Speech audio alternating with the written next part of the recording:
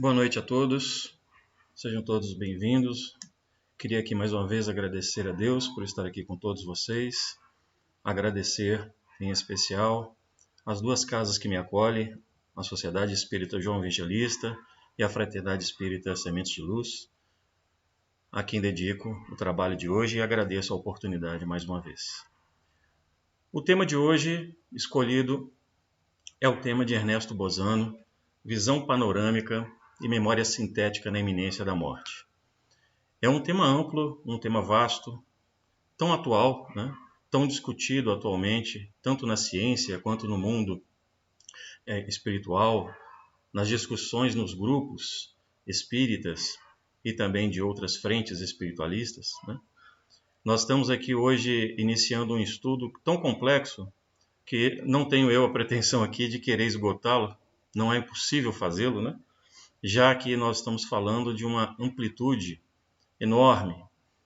Nós estamos falando de um campo da ciência onde a medicina ainda discute ferozmente muitas coisas que ainda não estão muito bem explicadas, entendidas, como, por exemplo, o problema da consciência, da memória mais longeva, da memória recente. Já temos muitos estudos que mapeou o cérebro, identificamos regiões no cérebro onde determinadas funções orgânicas são executadas. Isso já está muito bem entendido.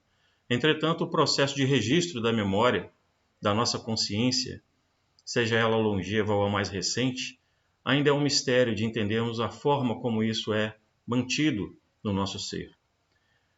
Neste livro, o Ernesto Bozano traz para a gente um assunto que mexe com a nossa crença, mexe com a ciência. É um livro já antigo e está mais atual do que nunca nos nossos meios acadêmicos. Nós agradecemos aqui a oportunidade de trabalhar, porque é um assunto que vem já despertando interesse há algum tempo. Depois vou deixar para todos aí algumas sugestões de consulta de um material. Existem vários livros do Ernesto Bozano, como nós vamos ver. O Ernesto Bozano foi um professor, né, da Universidade de Turim, escreveu mais de 35 obras literárias, participou de vários movimentos, vários estudos, inclusive daqueles que nós já estudamos aqui no SEG, que são os estudos relativos às manifestações espíritas, às manifestações psíquicas, o animismo, os eventos de materialização, os fenômenos físicos que o Zapia Paladino no passado promoveu. Foi um grande estudioso e promoveu mais de 35 obras literárias. Eu deixo para vocês aqui algumas das referências desse grande autor. Se vocês quiserem pesquisar no site ebookespirita.org, vocês vão encontrar muitos livros dele, todos à disposição para leitura, né, e aquisição, fazer o download. São muitos livros que têm assuntos diversos que nós estamos hoje ainda muito interessados em estudar e compreender dentro da doutrina espírita.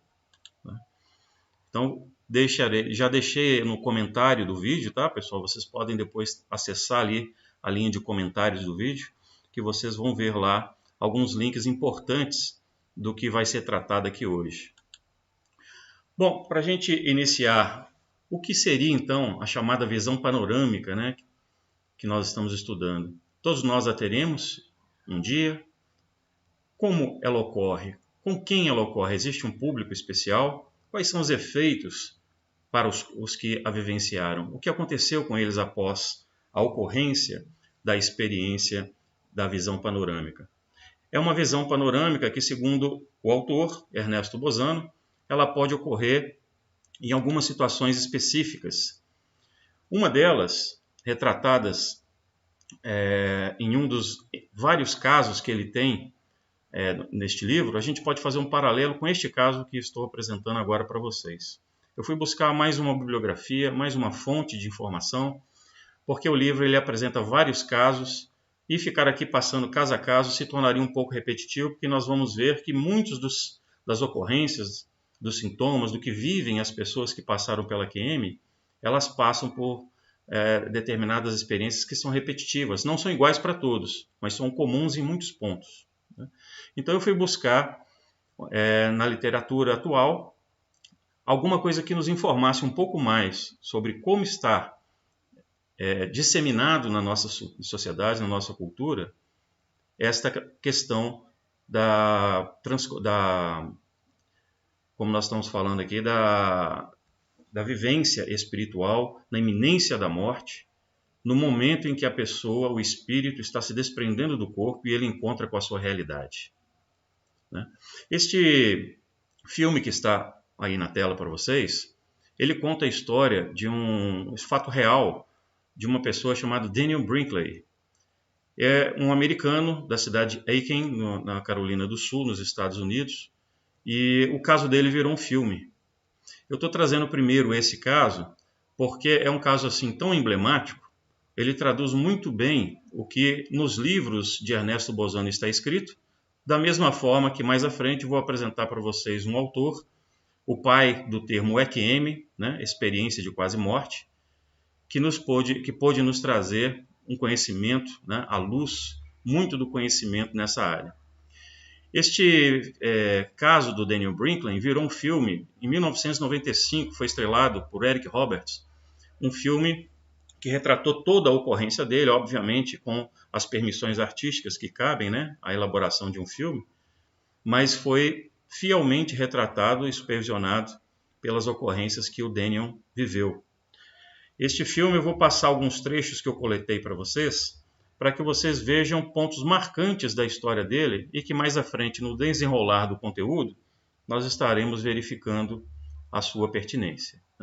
Então, os fatos descritos pelo Daniel Brinkley são fatos que muitos experimentaram e quem sabe ainda irão outros experimentar na iminência da morte. Vamos ao trecho do filme, então, para vocês acompanharem.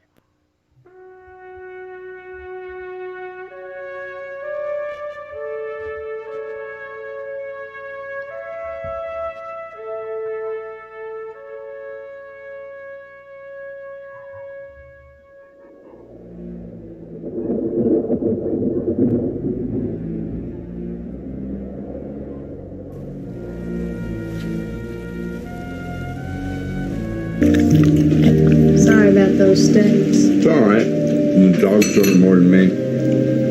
And besides, Sketty's my favorite food. It is not. It is too. And you make it so tasty.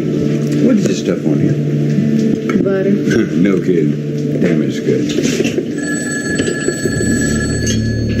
I'll get it. It's probably to him. Well, let it go then. All right.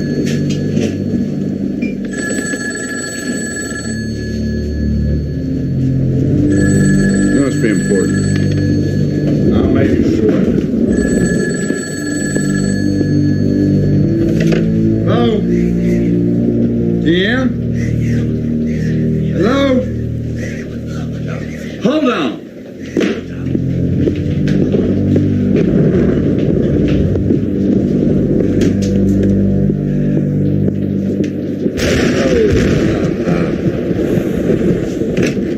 Jim? Hello?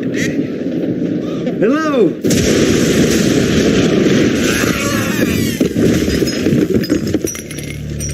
Oh, that was a close one.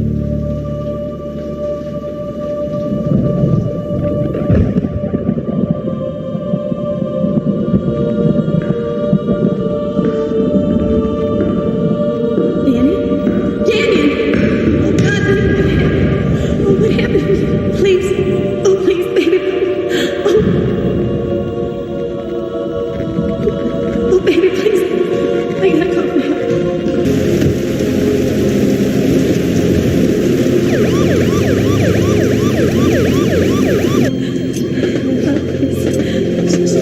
Danny. Come on, Danny. Hey.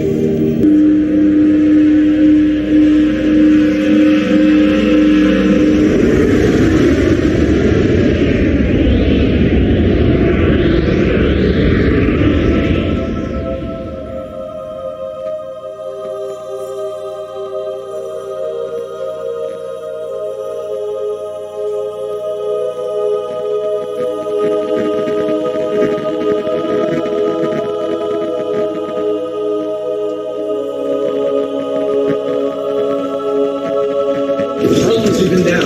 About 10 minutes, Doctor. How long have you been doing CPR? We're there within 5 minutes. Started CPR immediately. Daniel, feel what you've done to others. What you've done to others.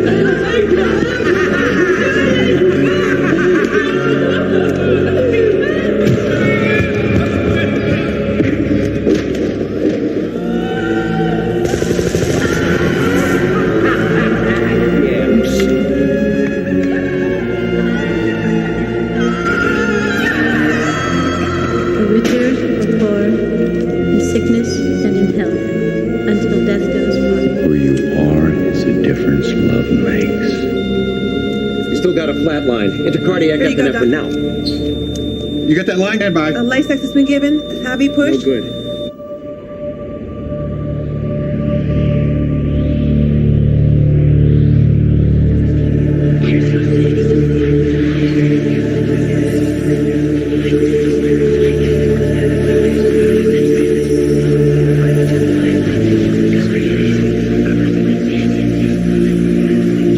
Let's shock him and see what happens. Charge it. 200 joules. Ready. Clear.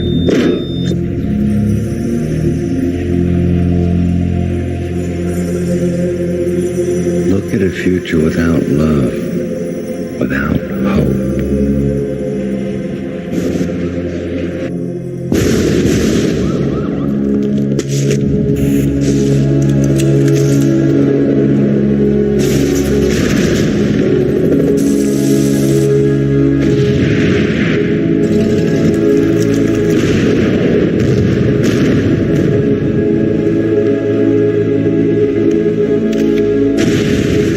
It need not happen, for you are a powerful spiritual being. Nothing. Stop compression.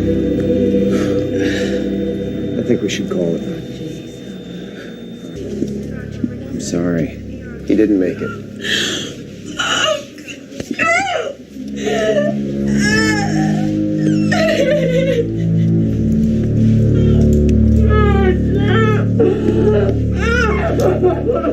You are a powerful spiritual being, and love makes the difference. Yes, I understand. And now you must go back. No, I'm not ready. Go back. No, I'm not ready. I'm not.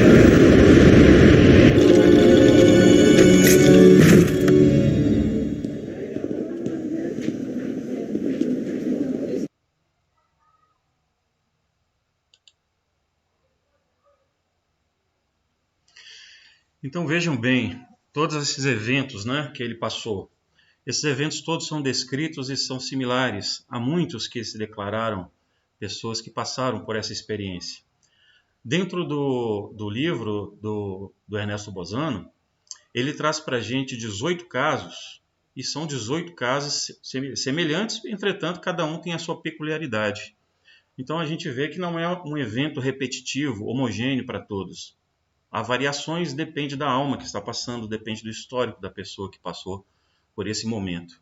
Portanto, a visão panorâmica, como o ator aí mostrou, em que ele revê todo o passado, e ele também tem, em alguns momentos, até uma visão do futuro, e não quer mais retornar, porque ele vê a paz, a tranquilidade que é do lado de lá.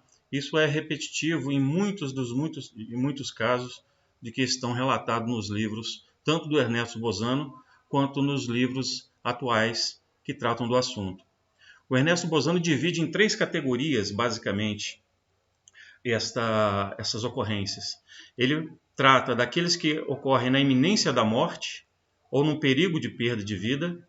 Então a pessoa está no início de um afogamento, por exemplo, em vistas de ter uma queda fatal, está passando por um mal orgânico e sente que a morte está se aproximando, enfim. Estamos no limiar, né? na iminência da morte, é a primeira categoria que Ernesto Bozano relata entre alguns desses 18 casos. Um segundo item é a ocorrência de pessoas sãs, perfeitamente saudáveis, sem risco de morte, e que por algum estímulo, alguma ocorrência, elas acabam passando por essa experiência e relatam muita semelhança àqueles que tiveram nesse chamado grupo 1. Né?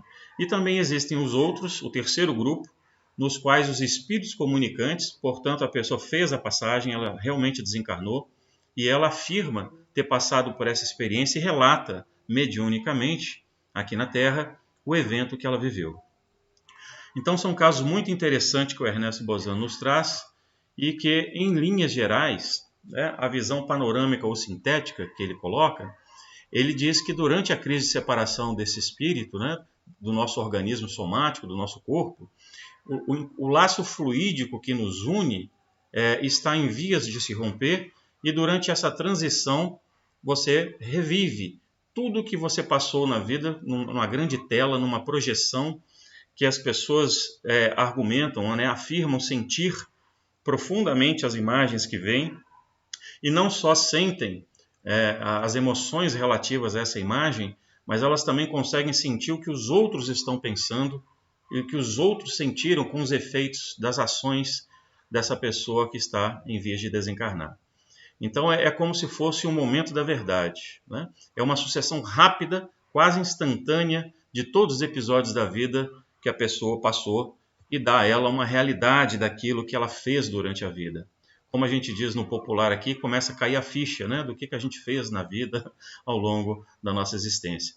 Então elas passam numa ordem regular, geralmente os relatos trazem que elas são feitas em ordem regular, do início, do nascimento até o final da vida, e que passam os instantes mais marcantes que trazem maiores informações sobre como você viveu a sua vida até aquele instante. E podem ocorrer em alguns casos até mesmo uma ordem inversa, do momento em que se inicia desligamento do cordão fluídico até o passado da pessoa nos seus idos iniciais da encarnação. Então ele coloca também que esse choque de realidade que acontece com a pessoa, em que a pessoa vê o que faltou na sua vida, muitos relatam isso, de acordo com a sua cultura, a sua crença, como se fosse o momento do juízo final, o momento em que uma entidade de luz estabelece ali um critério de reflexão e de avaliação daquela alma.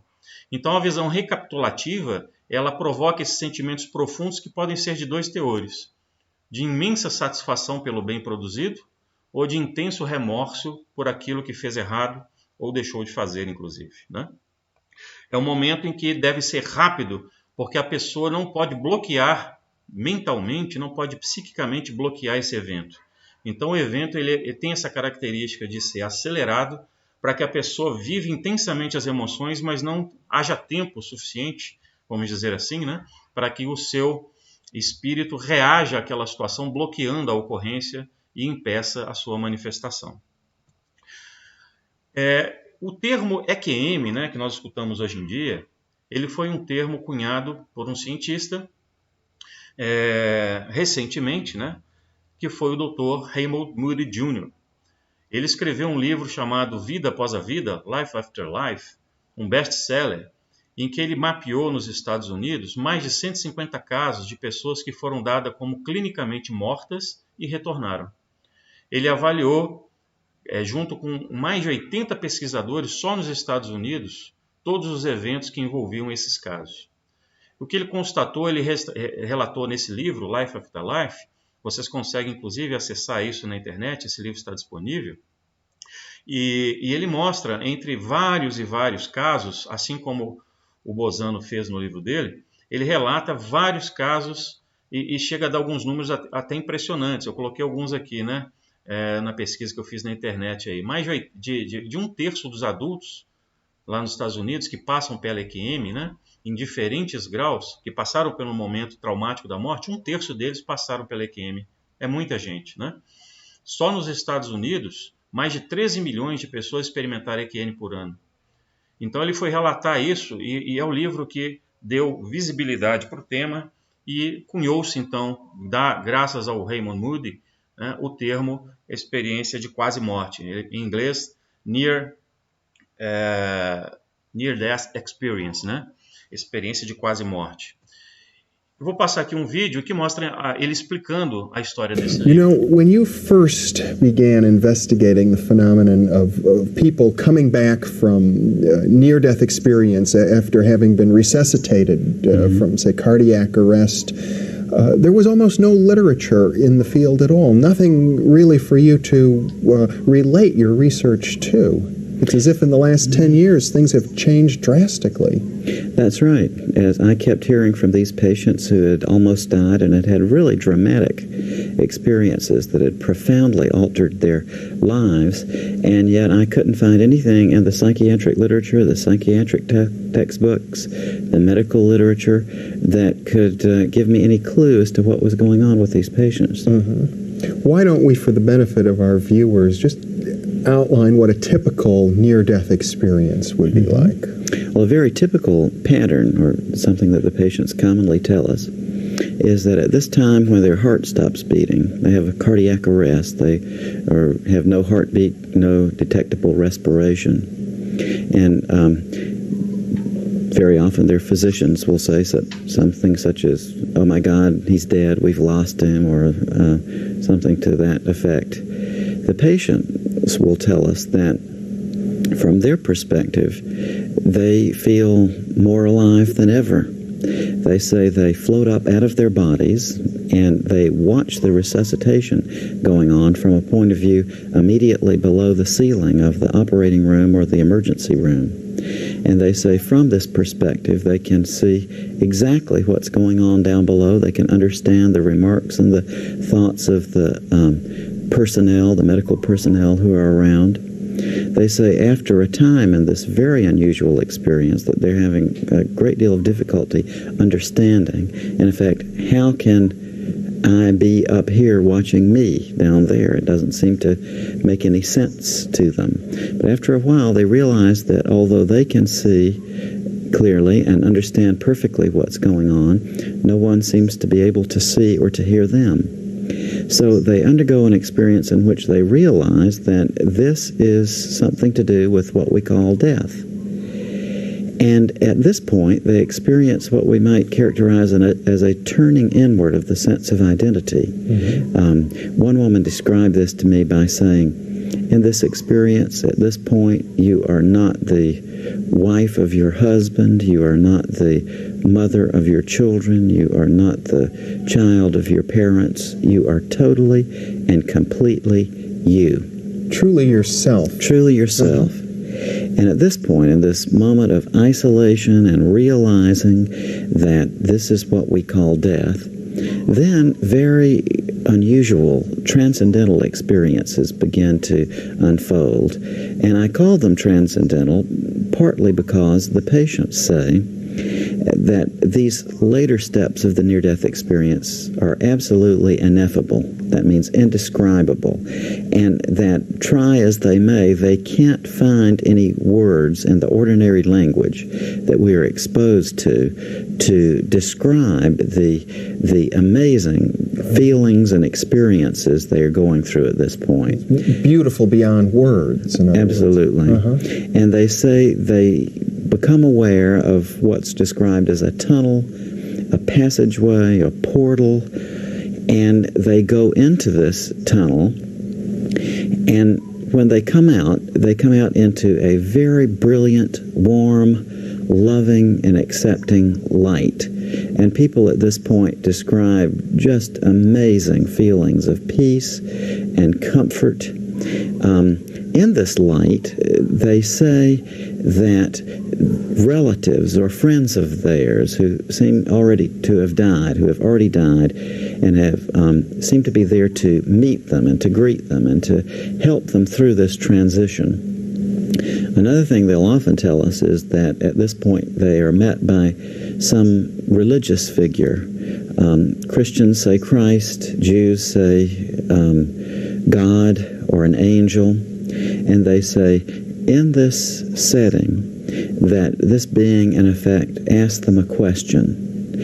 And they all say that words can't convey it, that communication in this position does not take place through words as you and I are now using, but rather in the form of an immediate awareness. And the way they summarize this question or try to put it into words is that they say that he asked in effect, what have you done with your life? How have you learned to love? And at this point they say they undergo a detailed review of everything they have ever done in their lives.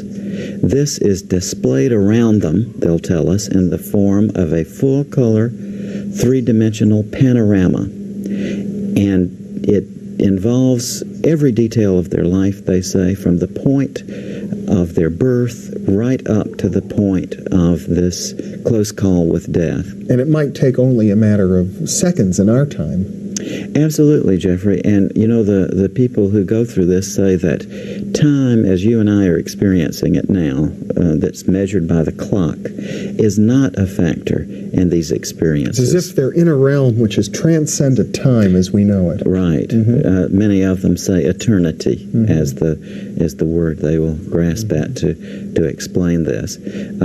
Interestingly enough, during this life review, the patients very often report that they review the events of their lives not from the perspective they have when they went through the event, but rather from a third-person perspective. And their perspective is displaced out to the side or above, and they watch themselves go through these life actions from a third-person perspective, from which, incidentally, they can also empathetically relate to the people with whom they've interacted. In other words, if some of their actions have caused pain in another person, they feel that pain. Absolutely. They take the perspective of the person that they have been unkind to. And accordingly, if they see an action where they have been loving to someone, then they can feel the warmth and good feelings that has resulted in the life of this person.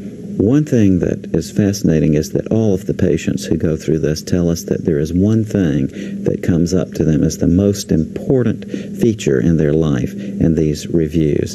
They say that it doesn't have anything to do with earthly success. No one asks them about their financial well-being or how much power they've had or any of these other things that our society suggests that we should be paying so much attention to. Every single person has told me that what they were faced with there was the question of how they had learned to love and whether they had put this love into practice in their lives.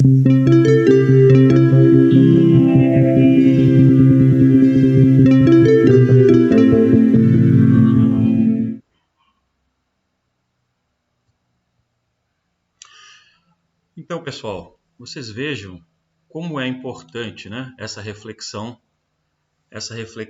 em que está sendo colocado para a gente pelos casos de EQM que foram retratados. Nós temos nesse momento várias informações que fazem nos colocar no lugar daquelas pessoas que passaram por aquilo e refletir sobre a seguinte situação: como eu, se estivesse no lugar dessas pessoas, passaria pela experiência de EQM ao fazer o meu próprio juízo, a minha avaliação de consciência, a minha regressão instantânea, olhando o meu panorama, a minha visão panorâmica e analisando a minha vida como ela foi, o que eu fiz de bom para os outros, como eu aprendi a amar. Os casos são muito similares nesse ponto, né? Não aparecem casos em que se eleve o ego, o eu, nos casos dessas experiências de EQM. Sempre aparece o outro, como diz o Robert, como eu me coloco no lugar do outro, como eu fiz o outro se sentir, o que eu pude contribuir, o quanto de amor eu aprendi a dar e receber. Então essa avaliação é muito importante para que a gente comece agora a entender os fenômenos e os motivos pelos quais essas pessoas passam pela EQM. Por que tantas pessoas precisam passar por isso e outras não, né? A gente começa agora a questionar quais são as características dessas EQMs e como elas influenciam a pessoa que passou por ela e por que isso aconteceu. Se a gente começar a olhar um pouquinho agora as características dessas EQMs que são citadas nos livros, a maior parte dela está citando imensa sensação de paz e tranquilidade. Todos, sem exceção de dúvidas, sentem uma leveza, uma paz infinita, uma sensação de não querer voltar. Essas pessoas sentem também a leveza, a flutuação. O caso, como retratado no filme, de você ser projetado ao teto, vários e vários casos mostram as pessoas pairando sobre a maca do hospital, sobre o leito de morte, e sendo então um observador do próprio corpo. A experiência fora do corpo, ela não é só a visão. As pessoas veem imagens, elas entendem os pensamentos das pessoas, elas falam da percepção do tempo como muda. Não há distâncias, né? Existem alguns links que eu deixei para vocês nos comentários do vídeo, em que nós olhamos lá alguns casos deste livro, Life After Life, em que relata casos interessantíssimos das pessoas que se deslocaram grandes distâncias instantaneamente pela força do pensamento, e é o que a gente vê na doutrina espírita, né? Que para o espírito não há distância, onde está o seu pensamento, aí está o espírito, e mostra que ele se deslocou instantaneamente para lugares que nem necessariamente nesta encarnação ele conhecia. E depois, quando volta ao corpo e a pessoa vai a esse lugar, ela o reconhece imediatamente. Fica registrado o local e ela sabe como chegar lá e o que significava aquele local para ela. Então essas experiências são realmente muito fortes para as pessoas que passam por elas, são marcantes e ficam registrados por toda a vida. Uma das características é que, se você perguntar para essas pessoas daqui a 20, 30 anos o que ela passou, ela vai relatar especificamente, com riqueza de detalhes, como se fosse ontem para ela na memória. A questão do túnel escuro, que a gente vê muitas pessoas passando, né, ela também é uma característica muito marcante para essas pessoas. Mais para frente existe uma controvérsia que eu vou falar um pouquinho para vocês com relação a esse túnel escuro. Parentes conhecidos, falecidos, pessoas que não tiveram contato com os parentes durante a vida, pessoas que já desencarnaram antes ou na infância das pessoas, em que ela ainda não tinha uma idade avançada, as pessoas relatam que conversaram com essas pessoas mentalmente, que tiveram lembranças do que elas fizeram, de como elas agiam, de características peculiares dessas pessoas e retratavam para os pais, para os avós, e eles ficavam assustados com tanta riqueza de detalhes. Como ele poderia saber se nós nunca comentamos, né? Essas novas informações atestam esse encontro, né? E esse encontro com o ser de luz, assim como no filme, muitos passam, o próprio autor do livro disse, né, em que você encontra com um ser de luz e que tem aquele momento de esclarecimento, aquele momento de ver, de fazer a sua consciência voltar. E geralmente são pessoas que possuem uma grande autoridade e exercem uma força superior sobre o corpo, né, sobre o seu espírito que ali está, né? Essa manifestação ela é realmente uma ordem, é uma ascendência moral, é uma força espiritual que acontece neste momento para com as pessoas que encontram esse ser de luz. A recapitulação da vida mesmo não é só a própria, ela acontece também para parentes.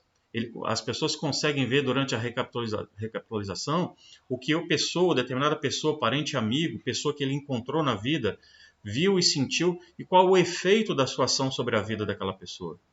Daí a questão da sensação do remorso, se isso foi ruim, né? Ou do grande prazer, da satisfação, se isso foi algo bom. Portanto, a vontade de ficar nesse lugar e não mais retornar, ela é muito característica justamente porque muitas dessas situações que aí aconteceram estimulam a pessoa a tentar buscar um novo recomeço, a não voltar para aquele passado difícil em que ela sentiu a dor, a angústia, né? E tentar recomeçar. Essa sensação de inefabilidade, de leveza que ela tem, de paz e tranquilidade, ela é muito forte. As pessoas então tendem a se render a ela e não querer voltar. Da mesma forma como em alguns casos a pessoa olha para o próprio corpo e tem aversão ao próprio corpo e não quer voltar para ele, né? Isso também é comum de acontecer. Então o retorno às vezes é meio traumático, ele tem um sentido de sensação de queda, como no filme foi mostrado, né? A pessoa é sugada de volta ao corpo, sob uma ordem colocada espiritualmente, e ela não se identifica mais com aquela situação, e isso pode trazer, como vamos ver um pouquinho na frente, algumas consequências para a alma que ali está. Então a verdade que a pessoa tem, né? O encontro que um com a verdade, é algo realmente preocupante, no sentido de que ela traz uma questão pessoal, um sentimento de renovação, de cobrança, de reposicionamento pessoal frente às coisas que aconteceram, muito forte, né? Como nós poderíamos dizer, né, esses registros que ficam gravados no nosso livro da vida, que é a nossa consciência, né, lá no nosso corpo astral, ou perispírito, né, como queira, ficam ali nossos créditos e nossos débitos para a vida, da vida, né? Isso vai nos incentivar a perceber a necessidade dessa reforma, desse reajuste, ou nesta vida ou na próxima vida, né? Porque eu preciso aliviar minha consciência. Aí nasce o que nós vimos na doutrina kardecista, a questão do inferno, retratado pelas dores emocionais, pela nossa consciência ferida. E aí está a nossa posição de enfrentar o nosso próprio inferno, né? Não como um lugar inscrito no espaço e no tempo, mas a nossa própria consciência, né? Que é o nosso libertador ou o nosso algoz. Então, o nosso estado psíquico do espírito, no momento dessa execução, no momento de passar por essa experiência, ele é definidor dessa condição, né? De quão profundo eu vou entrar nesse fenômeno que ali está se manifestando, né? Eu preciso fazer essa busca dentro de mim mesmo, e esse evento acontece rapidamente, como a gente viu atrás, né? E essa rápida troca de papéis que nós temos, em que nós vemos e percebemos os outros, nos traz uma percepção muito mais realista, né? Muito mais verdadeira sobre o verdadeiro efeito das nossas ações. Porque uma coisa é nós acharmos que fizemos o mal, outra coisa é nós sentirmos esse mal que fizemos. Da mesma forma, entendermos a extensão da significação de um amparo, de um apoio, de uma boa palavra, né? De uma amizade, de um abraço, de um sorriso, para uma pessoa que na vida você achou que aquilo não teve muito a ver, não teve muito valor, e de repente você se vê naquela situação resgatando todo o carinho, todo o amor e toda a sensação positiva que o momento deveria espiritualmente nos dar, e a gente pela carne não sente tanto, às vezes, né? Então essa elevada satisfação que nós temos, né, acaba gerando em nós um sentimento de esforço para continuar evoluindo. Então também tem esse efeito positivo, né, de nos retroalimentar com esperança, com força, com alegria, para continuar nosso caminho de evolução, de caridade, em busca do amor ao próximo, né? Agora, a triste sensação, a relevância da nossa fraqueza, das faltas cometidas, no primeiro instante elas nos derrubam emocionalmente, vamos dizer assim, mas nós nos alimentamos também com a consciência da necessidade do reparo. Daí que entra nosso plano reencarnatório. Já se começa ali a preparação do nosso retorno à carne e daquilo que nós vamos ter que passar. Porque a nossa preocupação ali não vai ser mais continuar a ter uma posição de destaque na sociedade, mas reparar os danos emocionais, né, que nós causamos às pessoas. Então muda um pouco o prisma do que é o sucesso, né, do que é a realização pessoal de nós aqui na Terra. Então nós vamos olhar esses estímulos de arrependimento e vamos querer abreviar essas sensações na nossa alma. Porque imagine nós ficarmos um tempo, né, relativamente, vamos falar do tempo terrestre, né, não o tempo espiritual, mas ficarmos convivendo com essa sensação do remorso. Isso é uma verdadeira tortura, né, um verdadeiro algoz para a nossa alma. Por isso nós temos a vontade de lutar e fazer passar. Mas e aí? E a ciência, né? O que ela diz para a gente a respeito de tudo isso? Até aqui nós demos uma visão do aspecto religioso, espiritualista, né?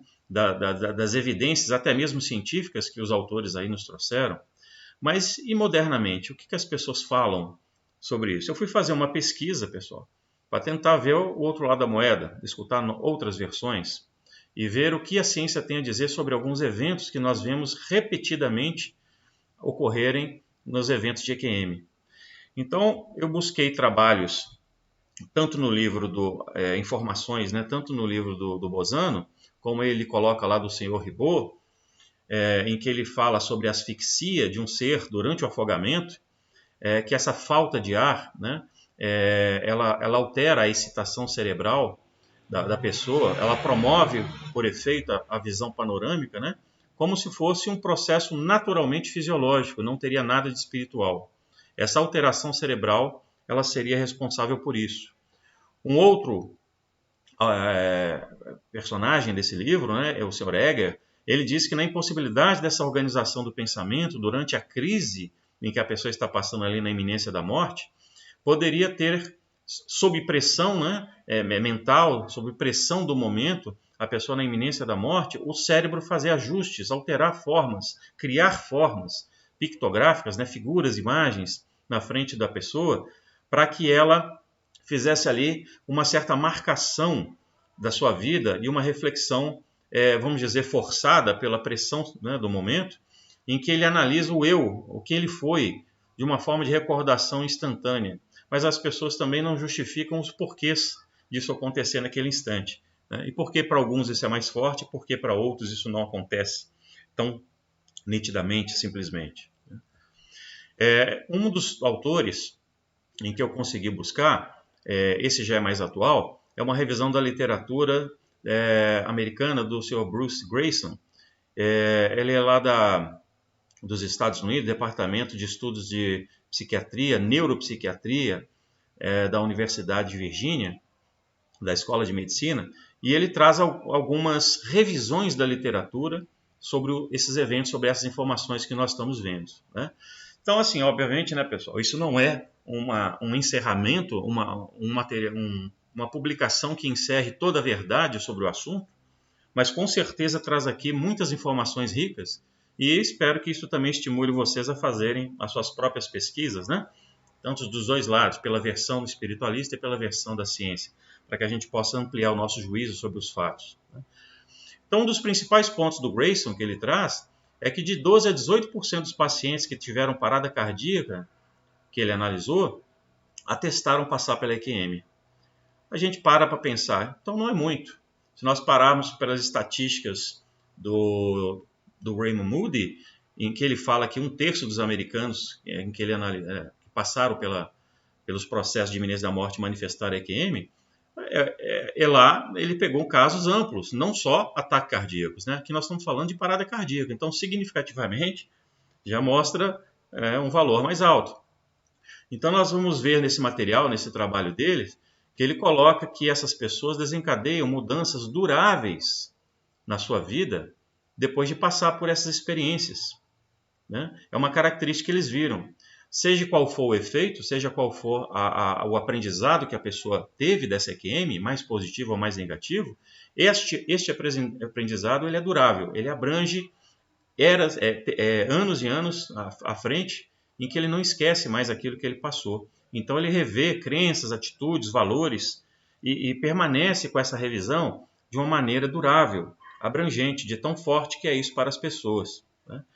Um outro fator importante que os médicos avaliaram nesse trabalho é que são confundidas muitas das vezes, né, por estados psicopatológicos das pessoas a manifestação da EQM. Essas pessoas estariam desequilibradas psicologicamente ou não, né?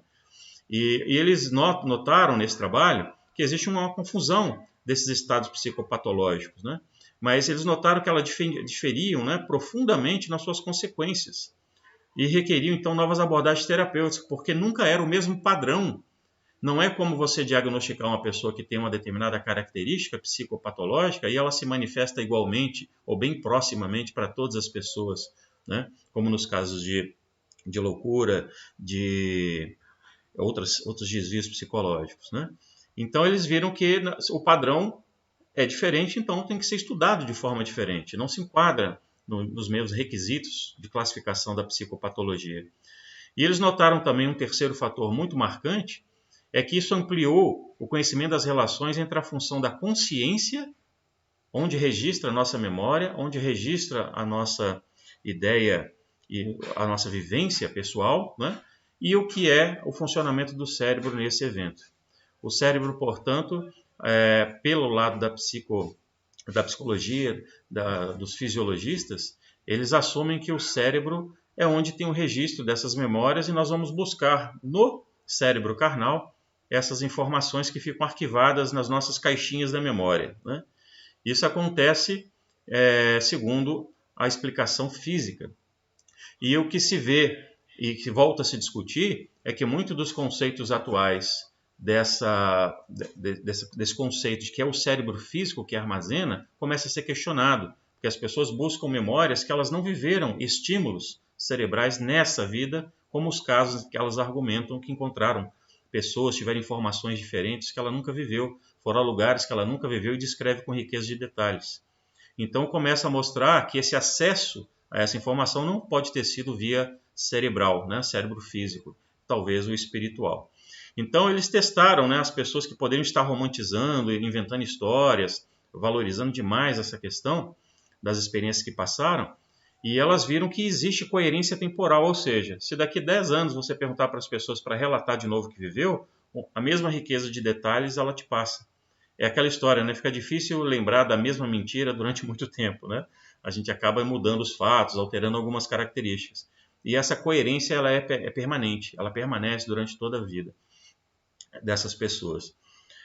Então esses fatos acabaram gerando modelos explicativos que atestaram que as pessoas passam por EQM com padrões psicologicamente saudáveis, né? E que ela independe do gênero, da etnia, raça, religião, religiosidade das pessoas. É bem diversa, não existe um padrão, né? Como se, por exemplo, todos os cristãos passariam pelo mesmo tipo de padrão, todos os muçulmanos pelo mesmo tipo de padrão, né? Isso há uma independência, né?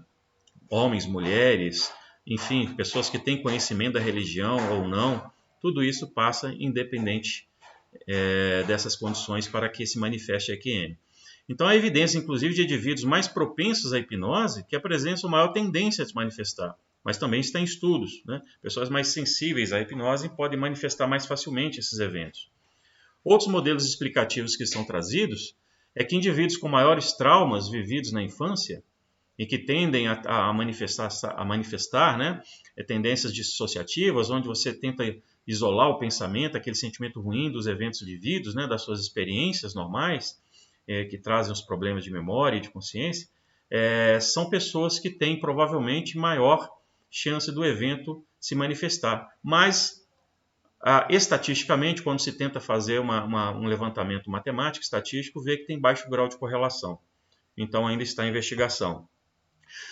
Outra situação é que a cultura prévia da pessoa, como ela conviveu com os relatos pessoais na vida dela, ao longo dos conhecimentos espirituais, dos conhecimentos religiosos, manifestação na sociedade, não ficou muito claro nesses estudos, né, que essa pessoa que tem apresentado esses relatos, que só a verbalização da experiência dela foi baseada na sua cultura. Muitas vezes ela verbaliza, ela exterioriza situações que são adversas à cultura atual da pessoa, né? São comuns até em outras culturas distantes dessa pessoa.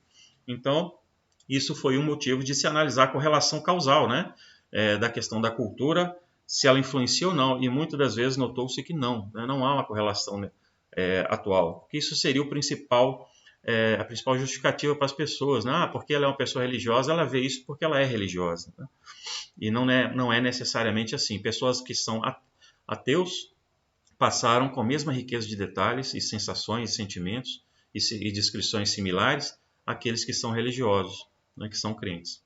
Então, há outras expectativas que se tem da ciência a respeito desses eventos, é que alguns indivíduos não possuem nenhum traço religioso, né, como eu acabei de dizer, e apresentam informações iguais, que o conhecimento prévio dele foi realmente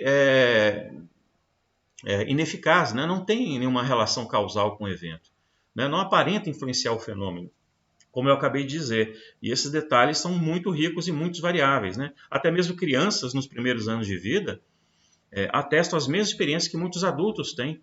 E como que uma criança poderia ter passado por um processo de formação cultural, religiosa, né, de conhecimento, de informação, de cultura, a ponto de ter o mesmo evento, né? Então, são coisas que vão contra-argumentando as colocações da ciência.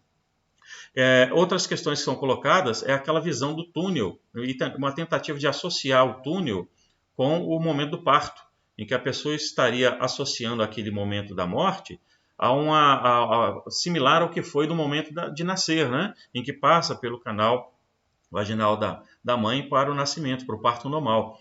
Acontece que existem contra-argumentos da ciência, que ela mesma já colocou, né, que pessoas que passaram por cesarianas manifestaram o mesmo efeito. E outra, que a ciência já detectou que as crianças não teriam capacidade visual, né, nem sensorial, cortical do cérebro para registrar essas imagens e as memórias com essa vivacidade, com essa precisão, e permanecer com isso durante todo esse tempo, né? Então, a última argumentação seria que a questão medicamentosa poderia influenciar típicas alucinações, né? E pessoas que simplesmente estavam medicadas não apresentaram EQM. Então, se o medicamento influenciaria em grande parte para muitos, né? E a gente vê que até mesmo o contrário não acontece. Então, os aspectos que reforçam para a gente, né, a característica de espiritualização desse evento, de que há algo realmente exteriorizável, né, do nosso corpo, e encontramos com algo externo a nós, com inteligências externas a nós, é a questão da memória indelével. Os autores colocam, né, que essa existência dessa memória que está na nossa mente, em que ela em alguns momentos buscada por alguns eventos, e que não tem uma associação direta com a vida que nós vivemos aqui na Terra, essa memória indelével perfeita, ela não pode ser explicada pela fisiologia e pela psicologia simplesmente, né? Então atesta um estado de subconsciência humana. Nós temos em algum lugar a nossa memória está guardada, e nós kardecistas acreditamos, né, e estudamos que isso está guardado em nossa alma, em nosso espírito, e que isso independeria da evolução biológica dos seres. Isso seria algo que estaria permanente, né, ao longo da história humana, e que isso não necessariamente é uma questão biológica de evolução. Os aspectos, então, a mais que são citados é com relação à incidência, que para algumas pessoas, né, a relatividade dessa manifestação, como ela foi colocada para aquela pessoa, ela não tem uma explicação que você consiga associar ao estado fisiológico daquela pessoa, a forma como é o cérebro daquela pessoa, a forma como é o crânio da pessoa, os músculos, o sistema nervoso daquela pessoa. Não há essa associação. Existe uma grande variedade e uma grande relatividade do evento, da manifestação, que não pode ser explicada por um padrão fisiológico, né? Eles não o produzem. É outro ponto que atesta e reforça a questão do lado espiritual.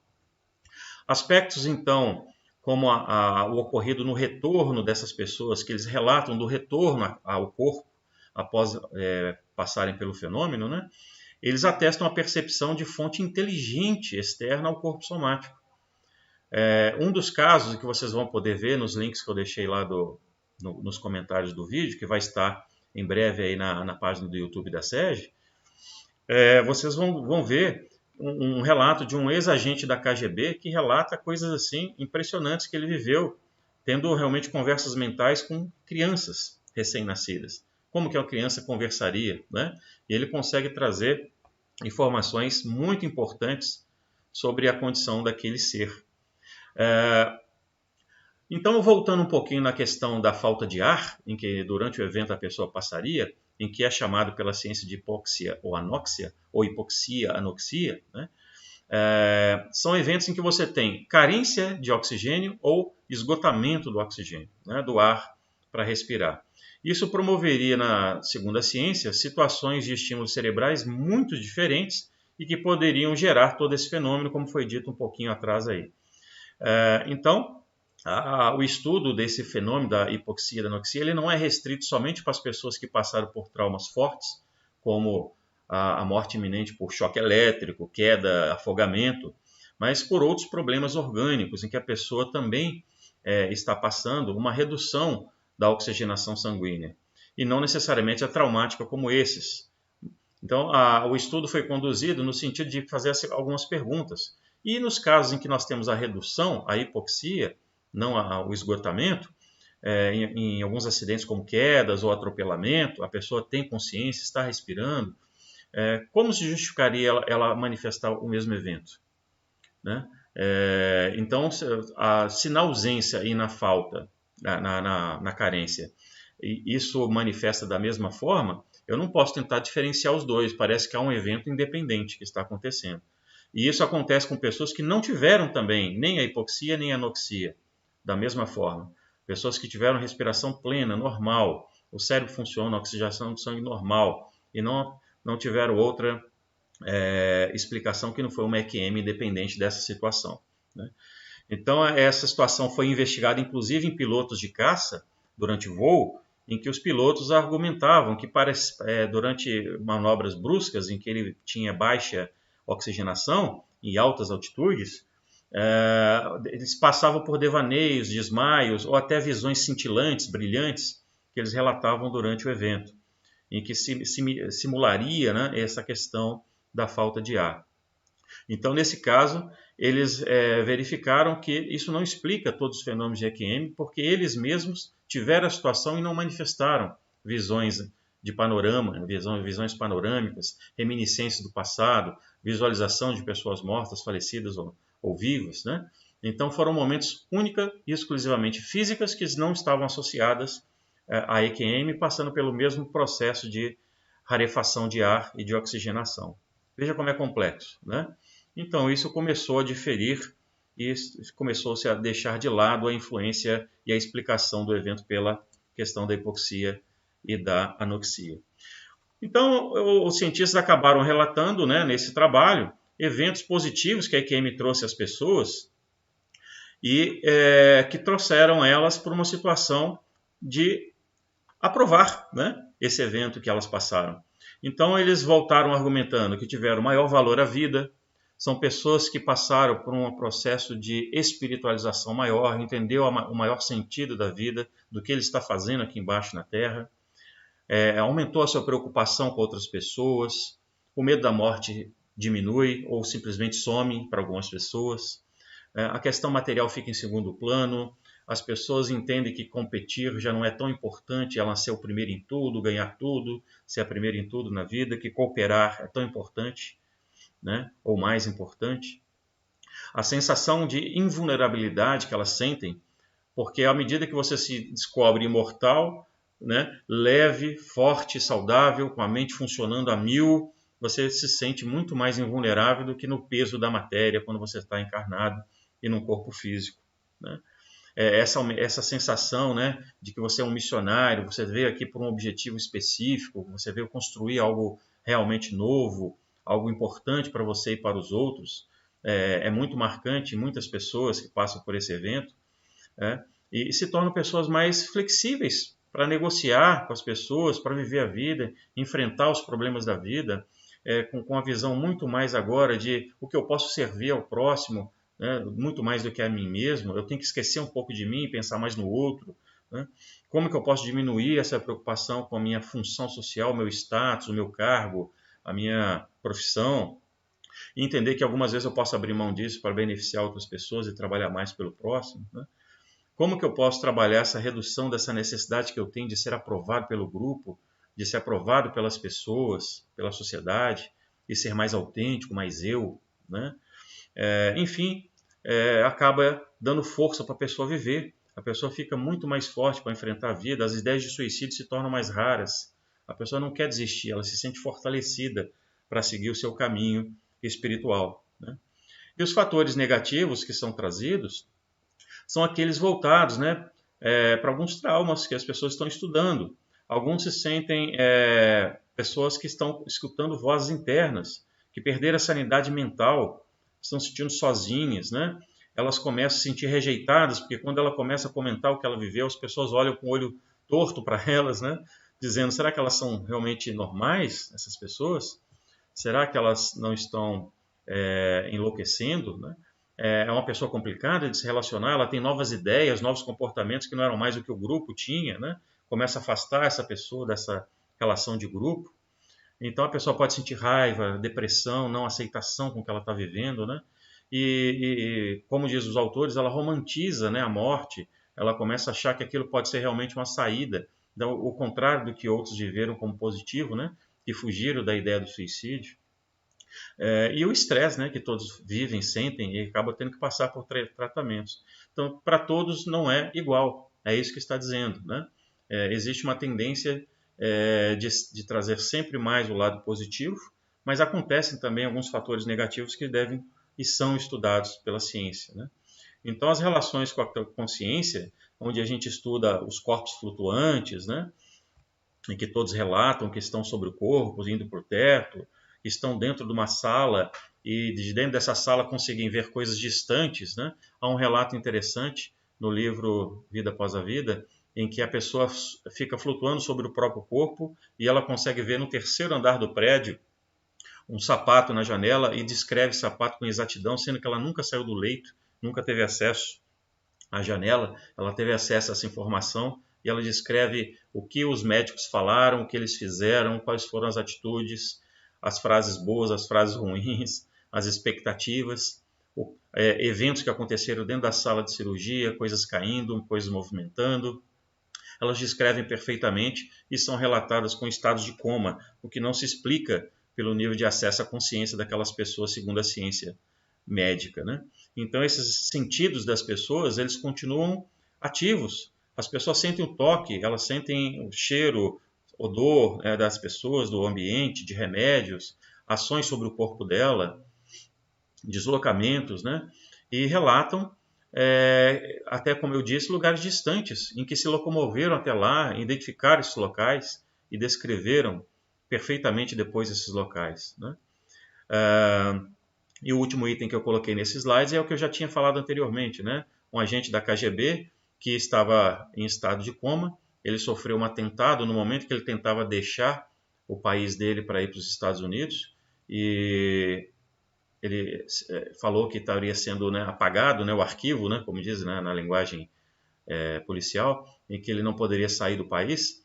E durante esse momento de internação que ele teve, ele relata que uma criança chorava muito ao lado, numa sala ao lado, e ele foi até essa criança desdobrado, né, em espírito, né, já passando por esse desdobramento do corpo, flutuando sobre o corpo físico dele na sala, e ele mentalmente interage com essa criança e descobre que ela tinha uma bacia fraturada.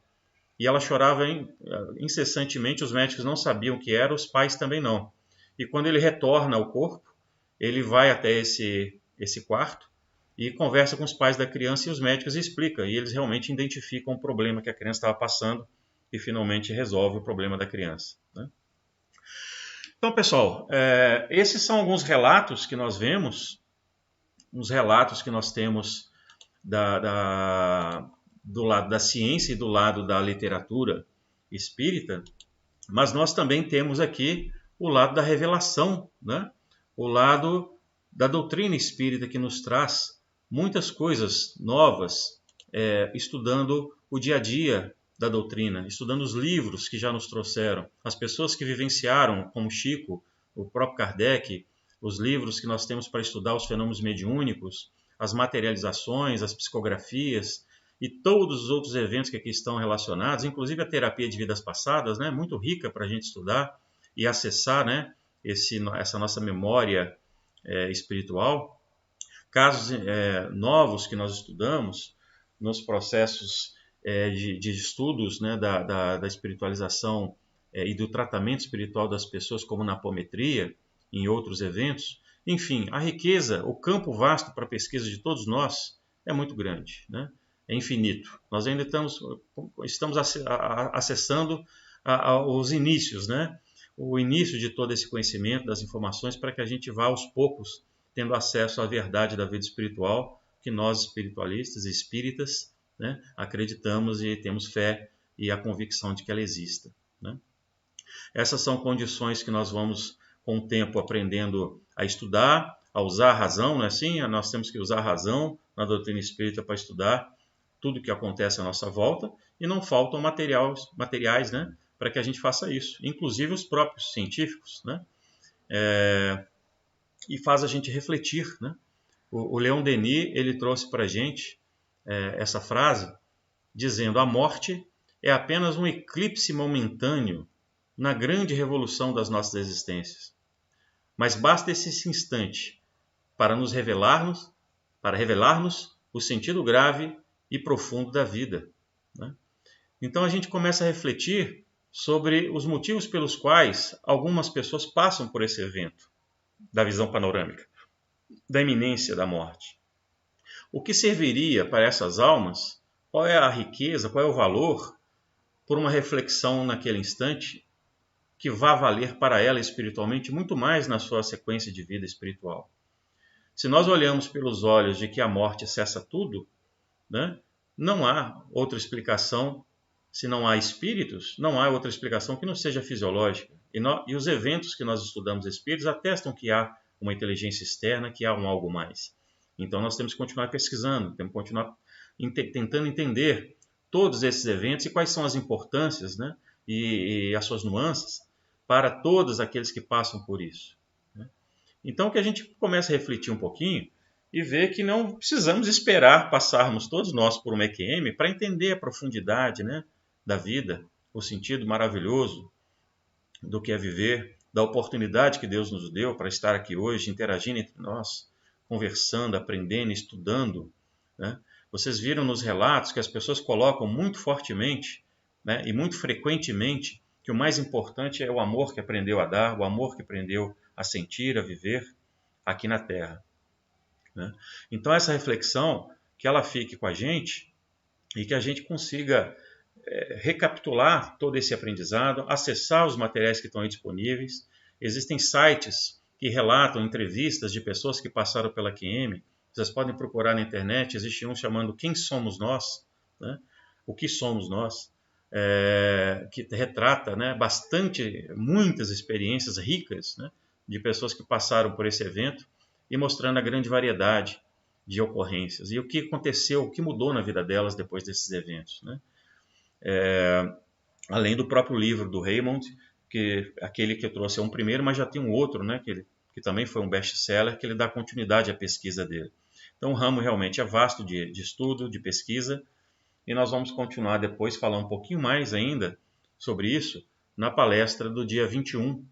Nós vamos estar juntos, com a graça de Deus, a permissão de Deus e do nosso grupo aqui, no dia 21 às 19 horas, para falar sobre um outro livro do Bozano, que se chama O Objeto da Vida, né, que retrata um pouquinho mais a continuidade desse tema, agora olhando sobre a nossa encarnação, sobre o que estamos fazendo aqui, sobre as nossas experiências, né, físicas e espirituais, né, aqui na Terra. Para quem quiser conhecer um pouquinho mais desse assunto, né, e também do próprio Bozano, a internet tem bastante coisa, bastante riqueza, em que vocês podem buscar, com certeza, muitas fontes melhores que essas. Eu trouxe aqui apenas, vamos dizer, a ponta do iceberg, né? Aquele início do assunto em que mostra a riqueza e a complexidade também desse detalhe, né? Que todos nós possamos buscar nisso respostas que nos acalme a alma, o espírito, reforce a nossa fé, né? E que ajude também a auxiliar os outros que precisam entender de tudo isso, né? Dividir esse conhecimento, para que desperte nas pessoas o sentido do algo mais, da vida espiritual, do questionamento, da necessidade de desenvolver inteligência, desenvolver a nossa capacidade de análise, de entendimento da vida, da obra de Deus, né? Que é tão vasta e tão importante. Pessoal, agradeço então mais uma vez, tanto a SEG quanto a Fraternidade Espírita Semente de Luz por essa oportunidade. Agradeço imensamente a Deus a oportunidade de ter estado aqui com vocês hoje, com todos os irmãos, trazendo um pouco desse estudo. Peço desculpas pelos barulhos aí, nós estamos com uma festa aqui do lado, em alguns momentos eu quase me perdi aqui no meu controle, tentando saber se eu fechava a janela ou se eu continuava com a explicação, né? Mas acabou dando tudo certo e eu agradeço a paciência de vocês e a companhia até esse momento. Desejo a todos, então, um bom final de semana e uma semana repleta de bênçãos com a proteção de nosso Senhor Jesus Cristo em todos nós. Até lá, pessoal. Até a próxima vez. Um abraço.